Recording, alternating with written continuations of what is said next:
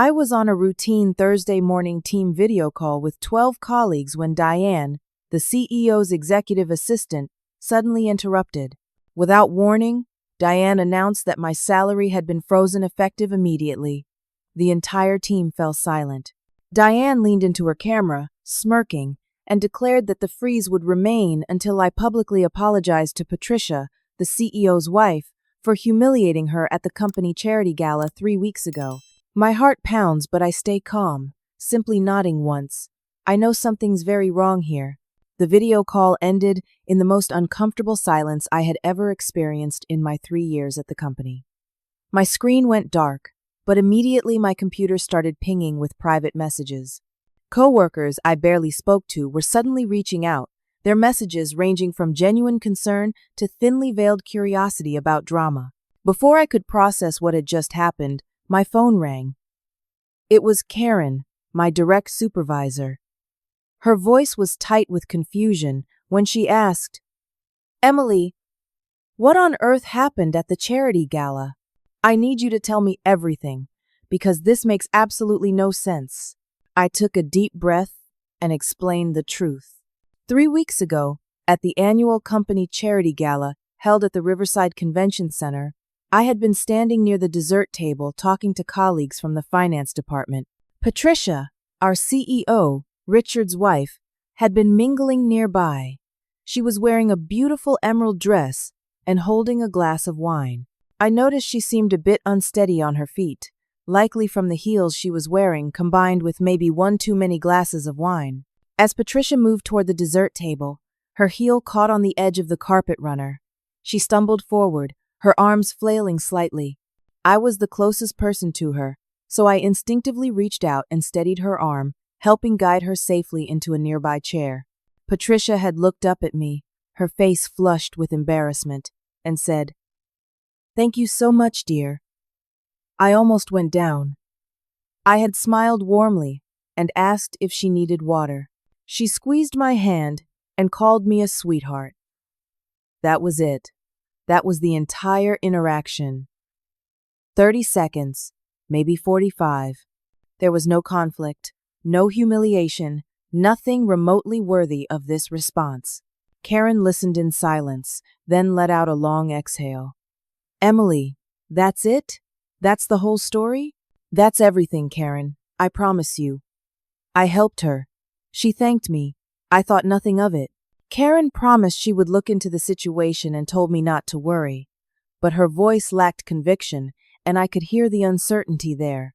After we hung up, I sat at my desk feeling like I had been dropped into an alternate reality. My hands shaking slightly, I opened my banking app on my phone. I navigated to the direct deposit section and felt my stomach drop. My scheduled salary deposit for tomorrow, Friday the 15th, showed a status I had never seen before. Cancelled. The payment that was supposed to hit my account, the payment I depended on, was simply gone. I did quick mental math. I had about $800 in my checking account. My rent was due in 5 days on the 20th. That was $1,300. My car payment was due the following week. Insurance after that. I felt panic rising in my chest like cold water. I tried to access the company HR portal to file a formal complaint, but when I entered my credentials, I got an error message. Access denied. I tried again. Same result. My employee ID, which had worked fine that morning to log into my computer, suddenly didn't work for the HR system. Fighting to stay calm, I picked up my desk phone and called the main HR line. The receptionist transferred me to someone in employee relations. That person transferred me to someone in payroll. That person transferred me to someone in compliance. Finally, a woman named Brenda answered. Her voice was cold and clipped when I explained my situation. "The matter is being handled at the executive level," Brenda told me, as if reading from a script. "You should wait for further instructions." "But my salary has been frozen," I said, trying to keep my voice level. "I have bills due. I need to understand what's happening." "I've told you what I can tell you," Brenda replied. Then she hung up. I sat there holding the phone, listening to the dial tone, feeling completely powerless. Around me, the office continued its normal rhythm. Phones rang. Keyboards clacked. Someone laughed at a joke near the break room, but I felt like I was watching it all from behind glass, separate and alone. Colleagues walked past my cubicle. Some offered sympathetic looks. Others actively avoided making eye contact, suddenly very interested in their phones or the floor. I realized word had already spread. In an office of 80 people, news traveled at light speed. I opened a blank document on my computer and started writing everything down. I needed to document this while it was fresh. I wrote the date and time. I described the gala incident in detail, noting that it happened on September 23rd at approximately 8:15 in the evening. I listed the 3 weeks that had passed since then, with 0 issues, 0 complaints, 0 indication anything was wrong. I wrote down exactly what Diane had said on the call this morning. Her tone, her expression. I saved the document to my personal cloud storage, not the company server. As I was typing, my email pinged. My heart jumped. The sender was Diane. The subject line was, "Urgent" in all capital letters. The email was CC'd to Karen, plus 2 other senior managers I barely knew, Thomas from operations and Lauren from business development. I opened it with trembling fingers. The email stated that I had been placed on administrative review for conduct violations. It said I must not access any company systems beyond basic email, must not attend any meetings, and must not come into the office until further notice. Effective immediately, I was to work from home while the review was conducted. I read it 3 times, my chest tightening with each pass. This wasn't just about my salary anymore. I was being systematically pushed out of the company. And Diane, who was supposed to be just an executive assistant, somehow had the authority to do all of this. How was that possible? Executive assistants didn't have this kind of power. They didn't freeze salaries. They didn't place people on administrative review. They didn't revoke system access. I looked across the office toward the executive suite, where Diane's desk sat just outside Richard's office. Through the glass walls, I could see her on the phone, laughing about something. She looked completely relaxed, utterly confident. And in that moment, I realized something chilling. She wasn't worried about consequences because she didn't think there would be any.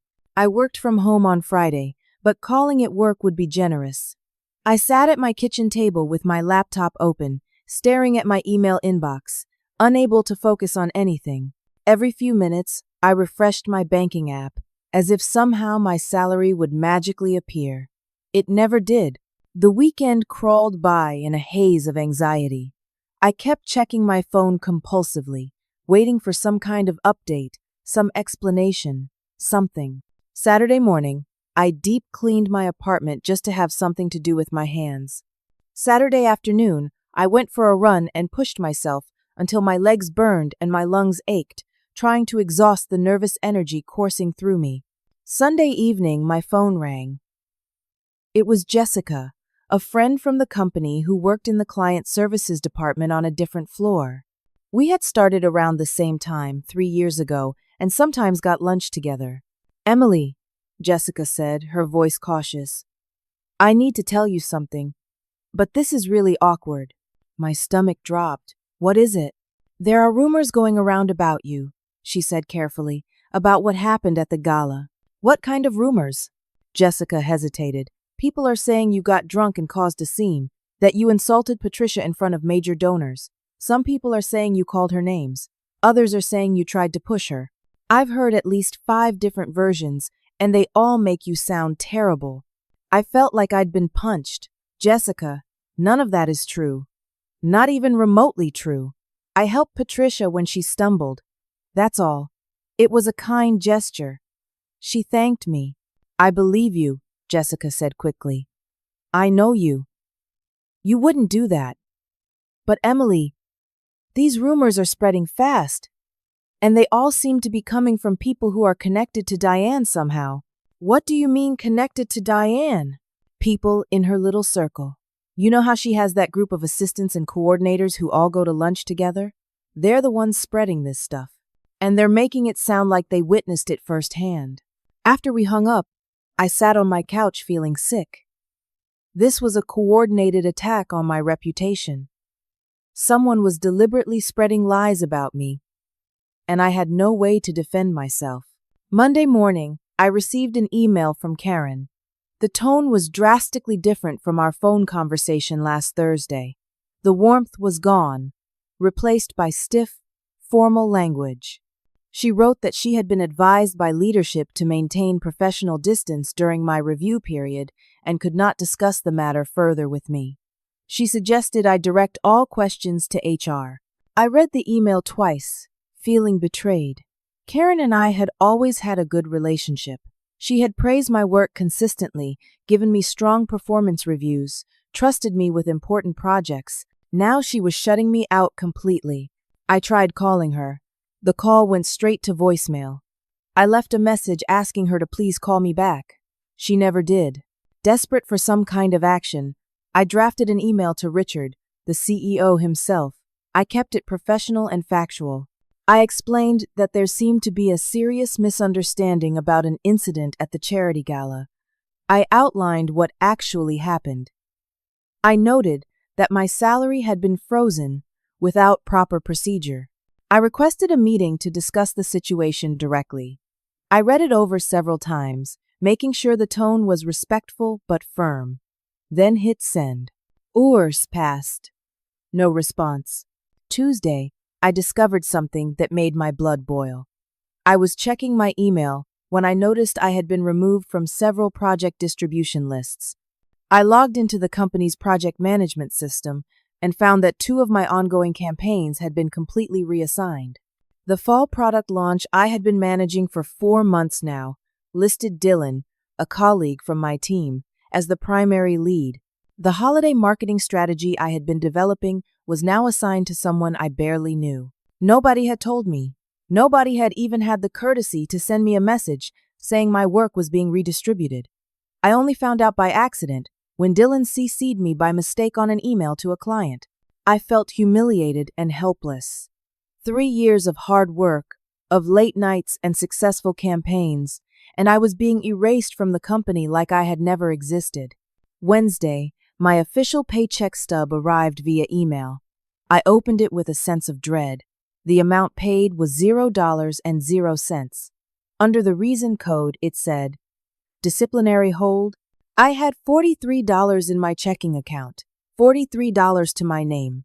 My rent was due in 2 days, and I had no way to pay it. Wednesday evening, as I sat at my kitchen table trying to figure out how to ask my parents for a loan without worrying them, my phone buzzed with a text from an unknown number. Stop fighting this. Diane has Richard's ear. You'll never win. Apologize and move on. My heart started pounding. Who was this? Before I could even process the first message, another one came through from the same number. Patricia wants you gone. Diane is making it happen. Save yourself while you can. I stared at the messages, my mind racing. Someone inside the company was warning me. But who? And why anonymously? The messages suggested that Diane had real power over Richard, that she could influence his decisions. And Patricia, Richard's wife, apparently wanted me fired badly enough to have Diane execute some kind of plan. But why? What had I done to make Patricia hate me? Helping her when she stumbled should have been a good thing, not something that triggered this level of retaliation. I texted back. Who is this? No response. I tried calling the number. It rang twice, then disconnected. When I tried again, I got a message saying the number was no longer in service. A burner phone, probably. I lay awake most of that night, staring at my ceiling, trying to piece together the power dynamics at play. Diane wasn't just an assistant. She had access and authority that didn't make sense. She had Richard's trust, apparently, and Patricia, for reasons I couldn't understand, wanted me destroyed. Not just fired, destroyed. My reputation, my career, my financial stability, all of it. Thursday morning, I woke up with a splitting headache, but also a flicker of determination. I couldn't just sit here and let them bury me. I needed evidence. I needed to prove that the gala incident was nothing like what people were saying. Then I remembered. The charity gala had been photographed extensively. The nonprofit organization that hosted it, a children's literacy foundation, had hired a professional photographer and videographer.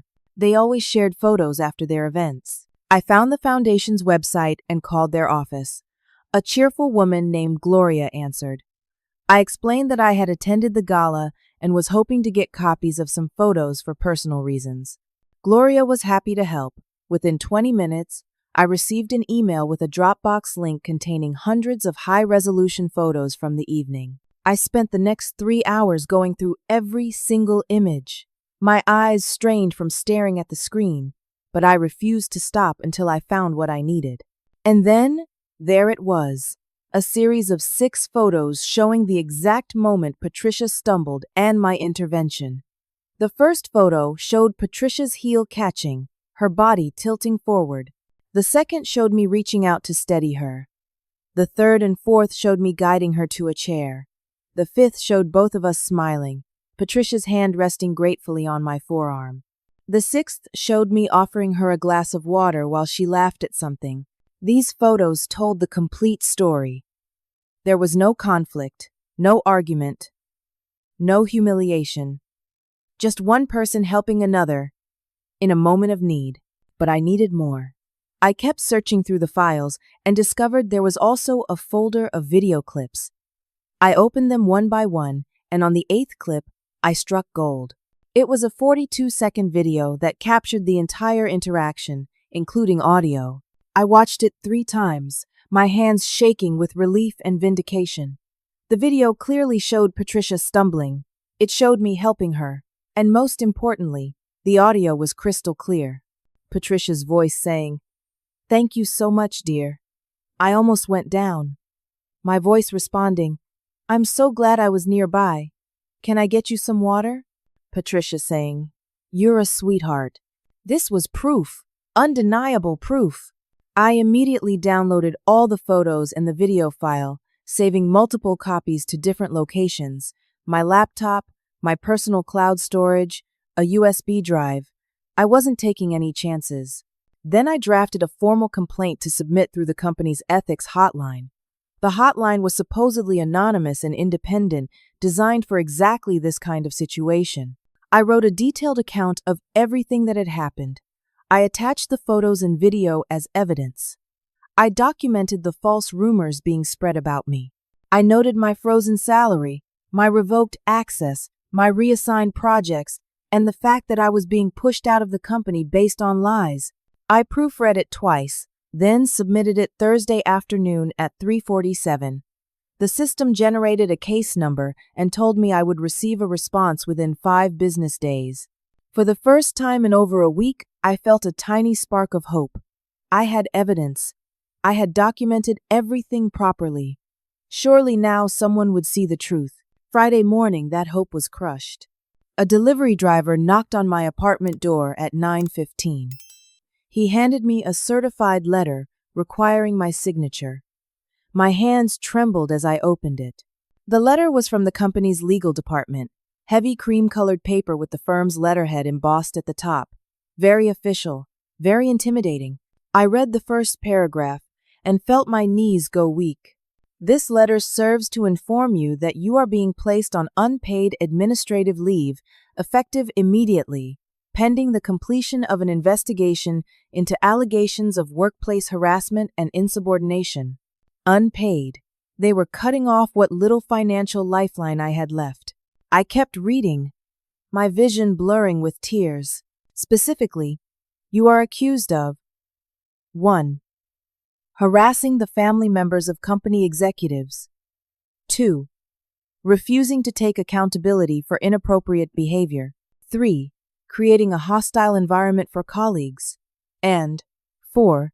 Insubordination in response to reasonable directives. Every single accusation was a lie. Every single one. But there they were, in legal language on official letterhead, as if they were established facts. The letter concluded by informing me that any attempt to contact company employees or enter company property during the investigation would be considered a violation and could result in immediate termination and potential legal action. I sat on my floor and cried for the first time since this nightmare began. I had done nothing wrong, nothing. And yet I was being systematically destroyed. That afternoon, my phone rang from a number I recognized, the main HR line. I answered, hoping for some kind of clarification or help. It was Brenda, the same woman who had been cold to me before. But this time, her voice was different, nervous, almost frightened.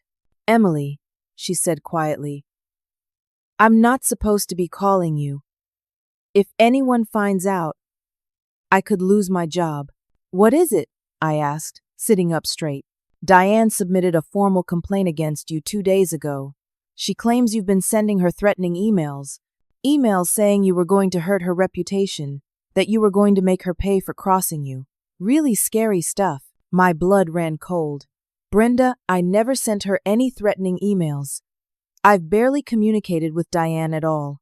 Maybe a few routine work emails months ago about meeting schedules, but nothing recent and definitely nothing threatening." "I believe you," Brenda whispered. "But the emails exist. They're in the system. They have your name on them, your email address, timestamps, everything."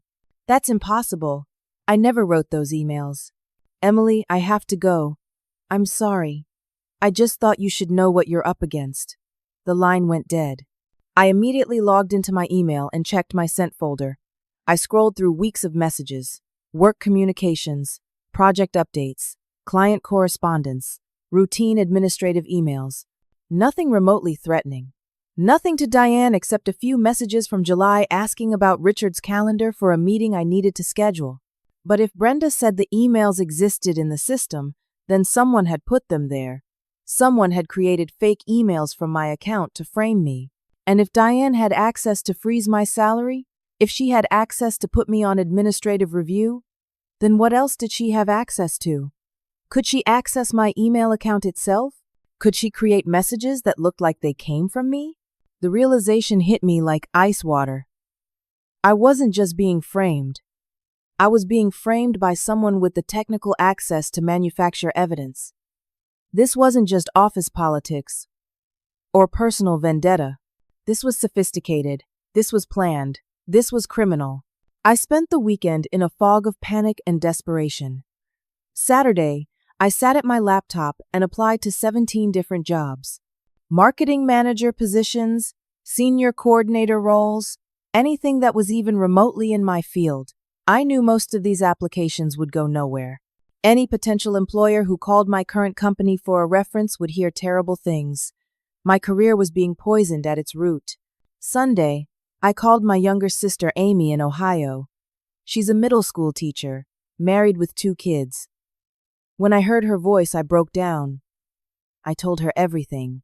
She listened without interrupting, then offered to wire me $2,000 immediately. "Amy, I can't take your money," I said, "even though I desperately needed it. You have your own family to take care of." "You're my family too," she insisted. "Let me help you." I was so close to saying yes, but I couldn't do it. She and her husband were saving for a down payment on a house. $2,000 was a significant chunk of their savings. I told her I would figure something out, that I just needed to hear her voice. After we hung up, I felt more alone than ever. Monday morning, my apartment building manager, a stern woman named Carol, knocked on my door at 8:30. She didn't waste time with pleasantries. "Emily, your rent check bounced." My face burned with humiliation. "There's been an issue with my payroll at work." "I'm so sorry. I'll have it resolved within a week. I promise." Carol crossed her arms. "You've been a good tenant for 2 years, so I'm willing to give you until next Friday. But if the rent isn't paid by then, I'll have to start the eviction process. It's not personal, it's policy." After she left, I sat on my couch and put my head in my hands. Eviction. The word felt like a physical weight on my chest. I had never missed a payment for anything in my adult life. I paid my bills on time. I was responsible. And now I was facing eviction because someone at my company decided to destroy me. Tuesday and Wednesday passed in a blur of anxiety and insomnia. I barely ate. I couldn't focus on anything. Every time my phone buzzed, my heart would race, thinking it might be news, good or bad. Thursday morning, I made a decision. I couldn't just sit in my apartment waiting for my life to collapse. I needed to do something. Anything. I needed to try one more time to reach someone who could help. I got dressed in my best professional outfit, a navy suit that I had bought for presentations. I did my makeup carefully, trying to hide the dark circles under my eyes.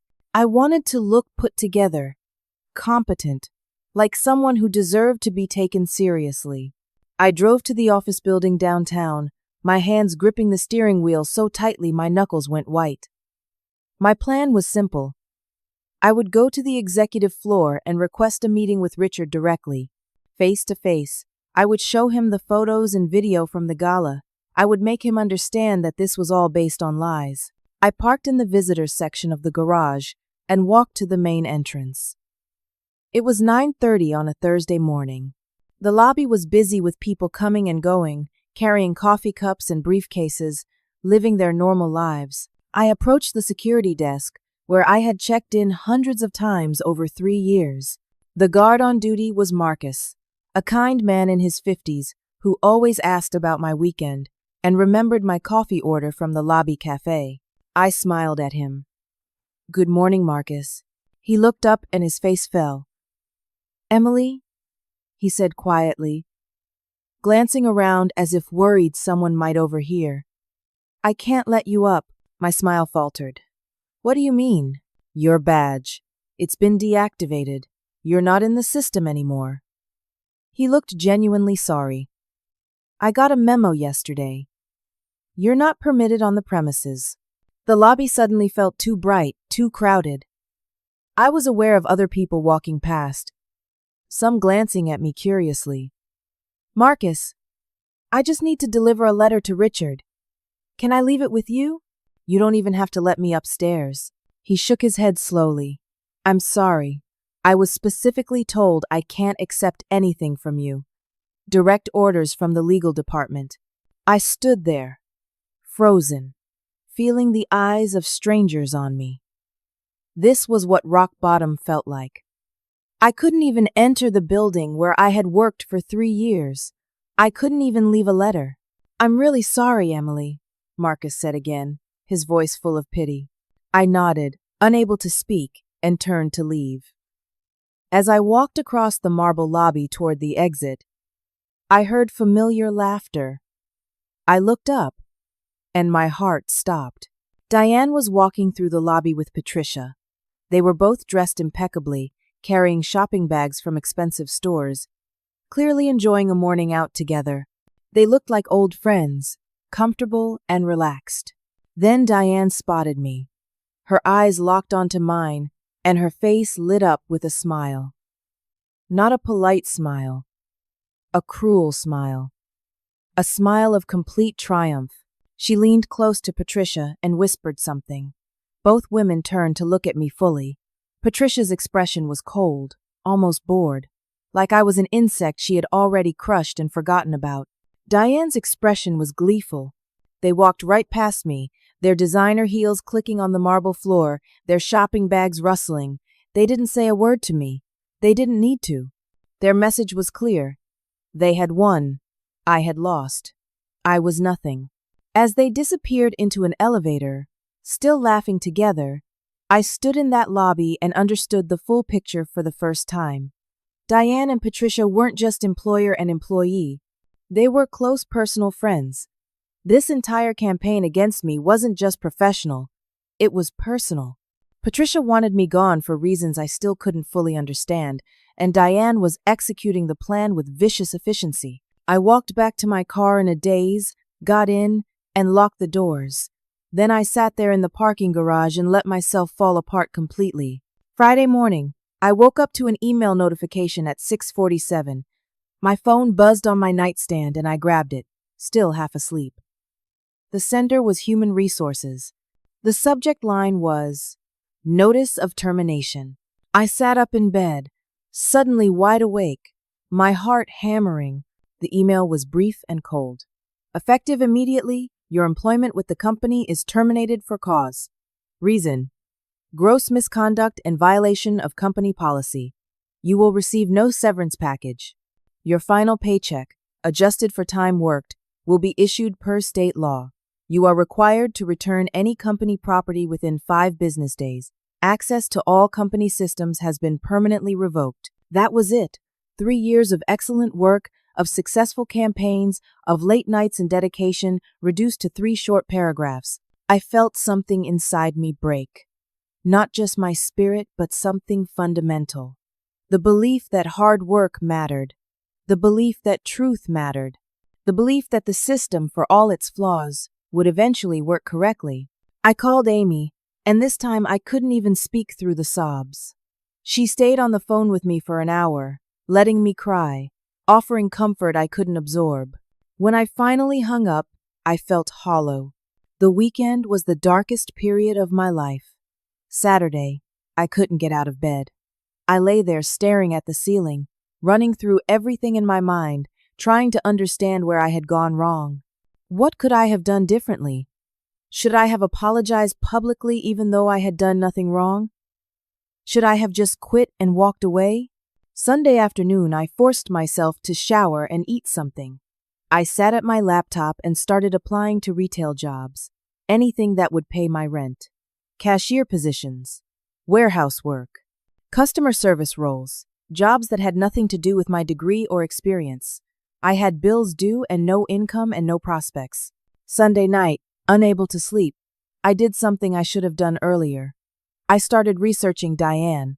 If she had this much power, there had to be a trail. I needed to understand who she really was. I started with LinkedIn. Her profile showed that she had been Richard's executive assistant for 8 months, starting in January of this year. Before that, her previous position was listed simply as personal assistant with no company name. Curious. I moved to Facebook. Her profile was mostly private, but I could see her profile pictures and a few public posts. There were several photos of her with Patricia. Not recent photos from work events, but older ones going back years. Photos of them at spa days, photos at wine tastings, photos at fundraising dinners. They weren't just current friends. They had a long-standing close relationship. I kept digging. I searched for Diane's name in Google, along with our city name. Most of the results were generic, but on the 3rd page of search results, I found something interesting, a cached version of a local business journal article from 3 years ago. The headline made my pulse quicken. Executive assistant terminated after payroll irregularities. I clicked through and read the brief article. It was vague on details, likely for legal reasons, but it mentioned that an unnamed executive assistant at a mid-sized consulting firm had been terminated after an internal audit revealed irregularities in the payroll system. The article noted that the assistant had inappropriate access to financial systems beyond her job scope. No charges were filed, but the termination was immediate. The article didn't name Diane specifically, but the timeline matched. 3 years ago, around the time she would have been transitioning to working as Patricia's personal assistant, so Diane had a history. She had been fired before for having access she shouldn't have and misusing it. And somehow, she had ended up in another position of trust, this time with even more access and power. It was almost midnight on Sunday when my email pinged with a new message. The sender was someone named Trevor, but the email came from a Gmail address, not the company domain. My exhausted brain struggled to place the name. Trevor. Trevor. I searched my memory. Trevor from IT. I had only interacted with him a few times, always about technical issues with my laptop or phone. I opened the email with shaking hands. Emily, I don't know you personally, but I heard what happened to you. Something similar happened to another employee last year before you joined. She also got on Patricia's bad side somehow. Diane froze her out too. That woman quit and left town entirely. I kept my mouth shut then. I regret it deeply. I'm attaching something you need to see. Don't tell anyone where you got this. I'm risking my job sending this to you, but what's happening to you is wrong, and somebody needs to do something. Good luck. Attached to the email was a PDF file labeled Server Access Logs. I downloaded it and opened it with trembling hands. What I saw made my blood run cold.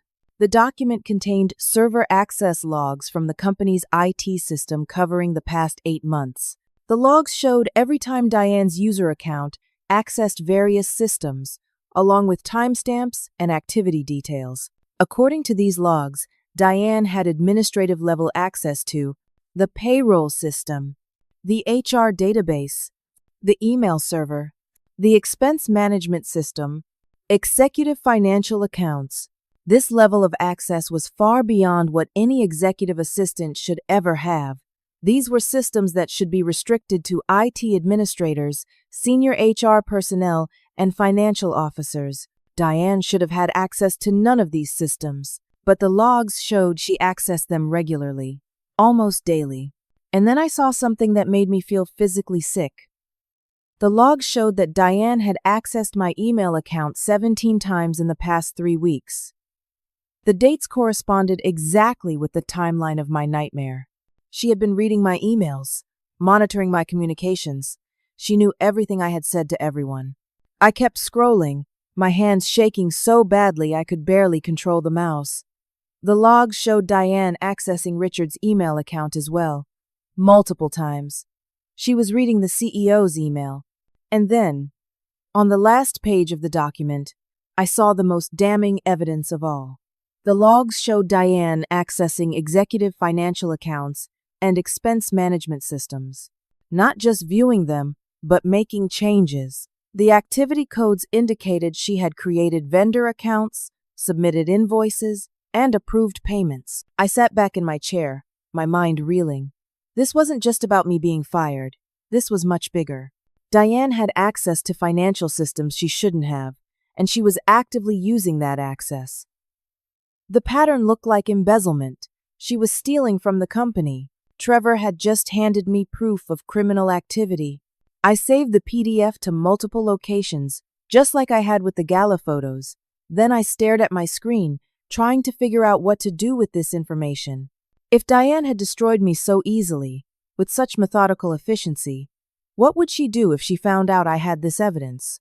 I had no job, no income, no protection. She had already shown she was willing to manufacture evidence, to lie, to systematically destroy someone's life. What else was she capable of? But I also knew that I couldn't just ignore this. If I walked away now, Diane would do this to someone else. She had already done it to at least one other person before me, and she was apparently stealing from the company, which meant her crimes went way beyond workplace bullying. Monday morning, I woke up at 5:30 after only 3 hours of sleep. I had spent most of the night weighing my options, and I had finally made a decision. It was risky. It could backfire spectacularly, but I had already lost everything. I had nothing left to lose. I needed to get this information to someone who would act on it. But who? HR was compromised. The legal department seemed to be protecting Diane. Richard was either oblivious or complicit, and Diane had access to his email anyway. I opened my laptop and went to the company website. I navigated to the About section and found the page listing the board of directors. There were 7 members. I read through each bio carefully. The board chair was a woman named Catherine Winters. According to her bio, she had been on the board for 6 years and ran her own business consulting firm called Winters Advisory Group. Her photo showed a woman in her mid-50s with sharp eyes and an air of no-nonsense competence. If anyone had the authority and independence to investigate this properly, it would be the board chair. I found Catherine's business website and located her firm's contact email. I drafted a message, and I rewrote it 7 times before I was satisfied. I needed to sound credible, not crazy. I needed to present facts, not emotions.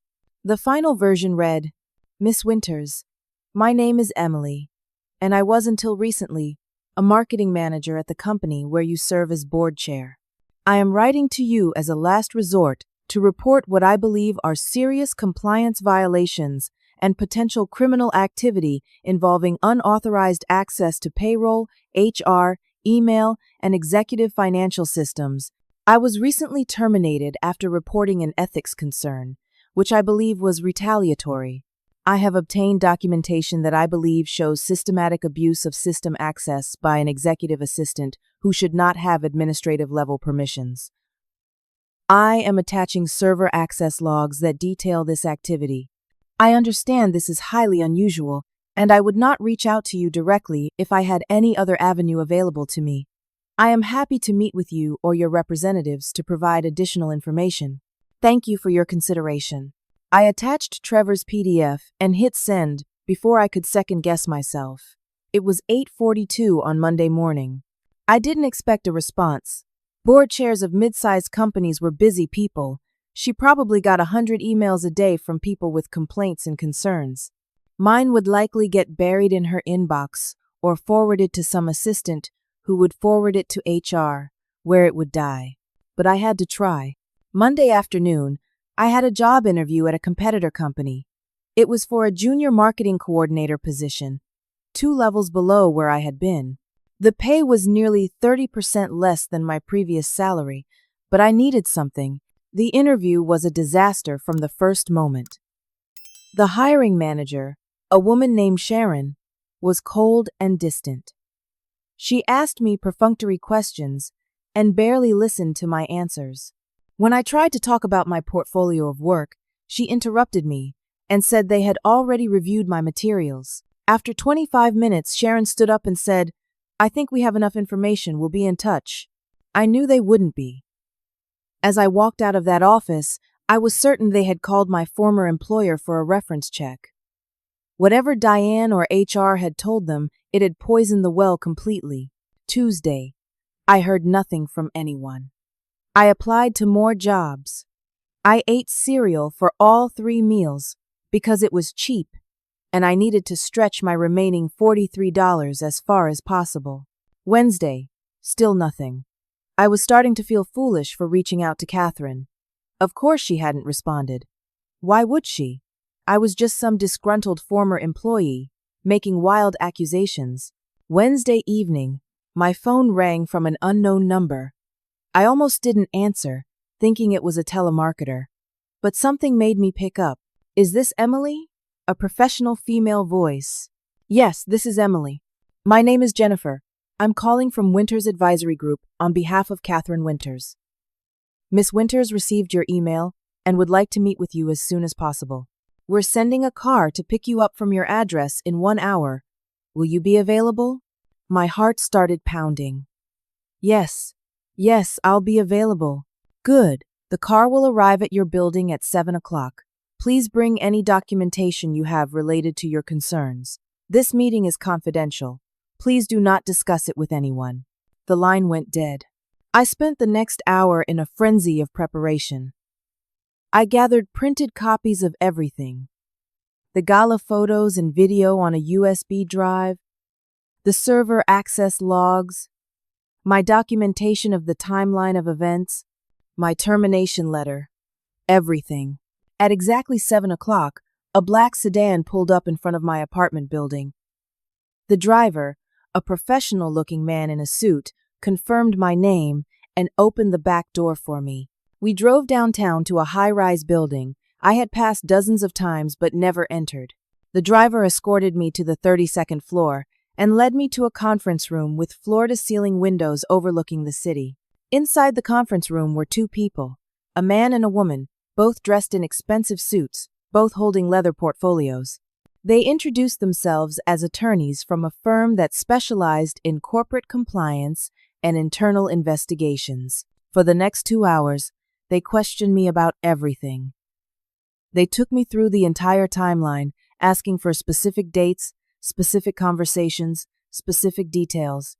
They examined every piece of documentation I brought. They asked pointed questions about Diane's behavior, about the access she seemed to have, about the payroll freeze and the manufactured emails. They were thorough to the point of being intimidating. I felt like I was on trial, even though I was supposedly the one reporting the problems. Finally, at 9:15, the door opened and Catherine Winters walked in. She was exactly as commanding in person as her photo suggested. Tall, sharp-eyed, dressed in a navy suit that probably cost more than my monthly rent. She sat down across from me and got straight to the point. "Emily, we've been reviewing the access logs you provided. We've also been conducting preliminary inquiries into the claims you've made. I want to be direct with you. What you've brought to our attention is extremely serious. If even half of what these logs suggest is accurate, we have a major problem." "It's all accurate," I said quietly. "I wouldn't have contacted you if I wasn't certain." Catherine nodded. "The board is authorizing an immediate emergency investigation. This will happen quickly. We're bringing in forensic accountants, IT security specialists, and external legal counsel. No one at the company will be notified until we have completed our preliminary assessment." "What does that mean for me?" I asked. "It means you need to not speak to anyone about this. Not former colleagues, not friends who work there. No one. Can you do that?" "Yes." "Good." Catherine stood up. "Emily, I want to thank you for bringing this to our attention. If your allegations are substantiated, you may have prevented significantly more damage. We'll be in touch within 48 hours. Thursday morning, I woke up feeling something I hadn't felt in weeks. Hope. Real, tangible hope. Catherine had believed me. They were investigating. Things might actually change. But Thursday afternoon, reality crashed back down. I received an eviction notice from my apartment building management.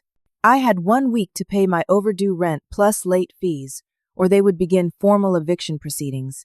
The notice was taped to my front door for all my neighbors to see. Friday morning, my phone rang at 7:23. It was Karen, my former supervisor. Her voice sounded strange, strained. "Emily," she said without preamble. "I don't know how I know this, and I can't explain more, but you need to come to the office this morning, 10 o'clock, use the visitor entrance. Ask for Catherine Winters. Everything is about to change." My hands started shaking. "Karen, what's happening?" "Just be there. 10 o'clock. She hung up. I got ready in a daze, my mind spinning with possibilities. What did Karen mean? How did she know about Catherine? What was happening? I arrived at the office building at 9:40. I sat in my car in the parking garage, watching the clock tick slowly toward 10. At 9:55, I walked to the visitor entrance. At the security desk, I gave my name and said I was there to see Catherine Winters. The guard made a phone call, nodded, and printed me a visitor badge. At exactly 10 o'clock, Catherine herself came down to the lobby. She was dressed in a sharp gray suit, and her expression was unreadable. She extended her hand to me. "Emily, thank you for coming. Please, follow me." She led me to the elevators, and we rode up in silence. When the doors opened on the executive floor, I immediately sensed that something was different. The atmosphere was tense. People were moving quickly, speaking in hushed voices. Several people glanced at me as we walked past, their expressions curious. Catherine led me down a hallway I had never been in before, past Richard's office, to a large corner conference room. She opened the door and gestured for me to enter. Inside the conference room were 6 people I didn't recognize. 2 were clearly lawyers, holding thick folders. One was a woman with a laptop covered in forensic analysis software stickers. One was a man in a FBI windbreaker. My eyes went wide. "FBI?" Catherine gestured for me to sit down. I did, my heart pounding so hard I could hear it in my ears. "Emily," Catherine began, her voice calm and professional. "When we examined the server access logs you provided, we discovered something beyond what you had reported. Diane hasn't just been accessing systems inappropriately. She's been embezzling money from the company." I stared at her, speechless. One of the forensic accountants, a woman named Lauren, opened a laptop and turned it toward me. On the screen was a spreadsheet with rows and rows of transactions highlighted in red. "Over the past 8 months," Lauren explained, "Diane created 17 fake vendor accounts. She submitted fraudulent invoices for consulting services, IT support, and marketing materials that were never actually provided. Then, she used her administrative access to approve these payments herself. The checks were deposited into accounts she controlled. How much? I asked quietly. Just over $197,000, Lauren said. I felt dizzy. $197,000.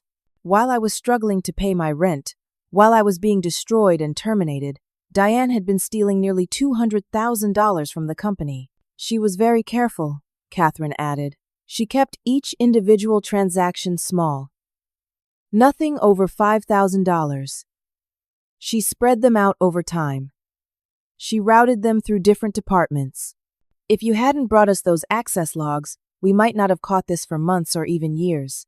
The FBI agent, who introduced himself as Agent Morrison, leaned forward. Miss Emily, we've been building a case since Wednesday evening. We have warrants for Diane's financial records. We've traced the money. We have everything we need. What happens now? I asked. Now, Catherine said. Standing up, we arrest her. Catherine checked her watch. It was 10:14. She should be arriving at the office any minute now. She doesn't know anything is wrong. As far as Diane is concerned, this is just another normal Friday morning where she successfully destroyed someone's career and gotten away with it. I sat in that conference room feeling surreal, like I was watching a movie about someone else's life. 20 minutes later, Catherine's phone buzzed. She glanced at it and nodded to Agent Morrison. She just entered the building. Through the conference room windows, I could see down into the main workspace. Diane emerged from the elevator, laughing at something on her phone. She was wearing a bright red dress and carrying an expensive designer handbag. She looked completely carefree, totally confident. She walked toward her desk outside Richard's office, still smiling. As she set down her purse, Richard's door opened. But it wasn't Richard who came out. It was Agent Morrison, followed by 2 other FBI agents and the company's head of legal. Even from the conference room, I could see the color drain from Diane's face. The agents spoke to her briefly.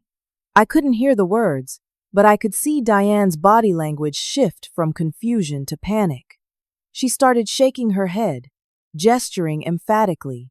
One of the agents held up a document, a warrant. The other agent moved behind her, and I saw the glint of handcuffs. Within 3 minutes, Diane was being escorted to the elevator in handcuffs. Her red dress, which had looked so sharp and confident minutes before, now seemed garish. Her face was blotchy with tears. As the elevator doors closed on her, I felt a wave of emotion I couldn't quite name. Not satisfaction. Exactly. Not joy. More like relief. The kind of relief you feel when a fever finally breaks. Catherine sat down next to me. Emily, on behalf of the board and the company, I want to offer you a sincere apology. What happened to you was unconscionable. Richard had no idea about Diane's true nature or her activities. He trusted her implicitly because she came recommended by his wife, and he never questioned her requests for system access. That was a failure of oversight on his part and on ours. What about Patricia? I asked. Did she know about the embezzlement? No. Patricia knew nothing about the financial crimes. However, she did pressure Diane to push you out of the company. Apparently, Patricia has some personal insecurities that were triggered when you helped her at the gala. She interpreted your kindness as pity, which made her feel embarrassed. She complained about you to Diane, and Diane saw an opportunity to demonstrate her power and loyalty. That's insane, I said quietly. It is, Catherine agreed. Patricia has issued you a private written apology. She's also stepping back from attending any company events for the foreseeable future. Richard is deeply embarrassed by the entire situation. Catherine slid a folder across the table to me. This is a formal offer. We would like you to return to the company, effective immediately. You'll receive full back pay for every day you missed, plus interest and compensation for the emotional distress and reputational harm you suffered. We're also offering you a promotion to senior marketing manager with a 15% salary increase. Additionally, we're offering a settlement that I believe you'll find fair. I opened the folder and looked at the number on the settlement offer. My eyes widened. It was more than a year's salary. We're also prepared to provide you with stellar references and a public statement clarifying that your termination was improper and that you left the company in good standing," Catherine continued. "What Diane did to you was illegal and wrong. We want to make it as right as we can." Over the next few days, I learned more details. Diane had pled guilty to charges of embezzlement, wire fraud, and computer crimes. She was facing a federal prison sentence of 5 to 7 years. Her attorney was trying to negotiate a plea deal, but given the amount stolen and the sophistication of the scheme, prosecutors weren't inclined to be lenient. Patricia had sent me a 3-page handwritten letter apologizing profusely. She admitted that she had been struggling with anxiety and self-esteem issues for years, and that she had projected those insecurities onto me. She wrote that she was seeking therapy and had never intended for things to escalate the way they did. The letter felt genuine, and I appreciated it, though I wasn't sure I could ever fully forgive her role in my nightmare. Trevor, the IT specialist who had risked his job to send me the access logs, was promoted to senior IT security analyst. Catherine personally thanked him for his integrity and courage.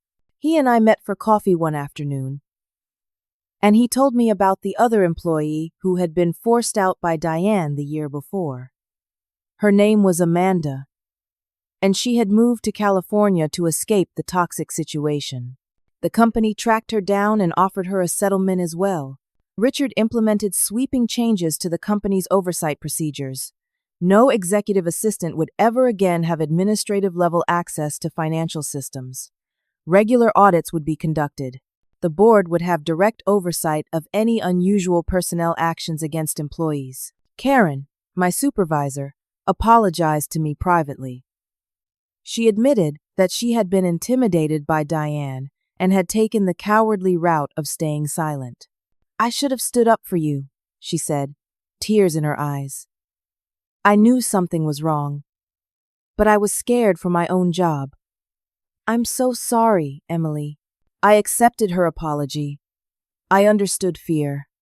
I had been living in it for weeks. 3 weeks after Diane's arrest, I returned to work. Walking into the building that first morning felt strange. The last time I had been here, I had been turned away by security, humiliated in the lobby. Now, Marcus, the security guard, greeted me with a huge smile and a warm welcome back. My colleagues threw me an impromptu welcome back gathering in the break room. People I barely knew came up to tell me they had never believed the rumors about me. Several people admitted they had been too afraid to speak up at the time, and they apologized. I appreciated their honesty. Dylan, who had been given my projects during my suspension, was incredibly gracious.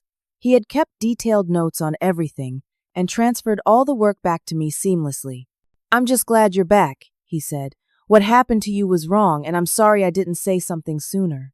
In the months that followed, I threw myself back into work. The fall product launch I had been developing was a huge success. The holiday marketing campaign exceeded expectations. I was promoted again within 6 months to Director of Marketing. But more importantly, I learned some profound truths through this ordeal. I learned that injustice thrives in silence. If I hadn't spoken up, if I hadn't documented everything, if I hadn't reached out to Catherine, Diane would still be there. She would still be stealing. She would still be destroying careers. And she would continue doing it to other innocent people.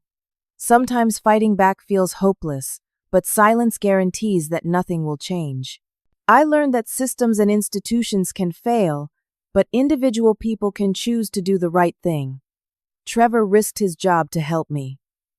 Catherine took my claim seriously when she could have easily dismissed me. Karen eventually found her courage. Not everyone was against me, even when it felt that way. There are still good people who will stand up when it matters. I learned that truth has real power, but only if someone gives it a voice. Evidence matters. Facts matter. Documentation matters. I couldn't just rage against the injustice I was facing. I had to prove it, methodically and carefully. I had to build a case.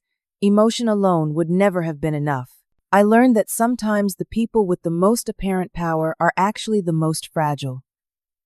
Diane had access, authority, the CEO's trust, Patricia's friendship. It looked unshakable. but it was all built on lies and criminal activity.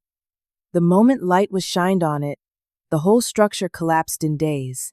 Most importantly, I learned that I'm stronger than I thought. There were moments I wanted to give up completely. Moments I considered just walking away, moving to another state, starting over with a new identity. But I fought. Even when it seemed hopeless, even when I was down to my last $43, even when I was facing eviction and everyone had turned their backs on me, I kept fighting. And I won. Not because I'm special or uniquely talented or particularly brave. I won because I refused to let lies become the truth. I refused to let injustice have the final word.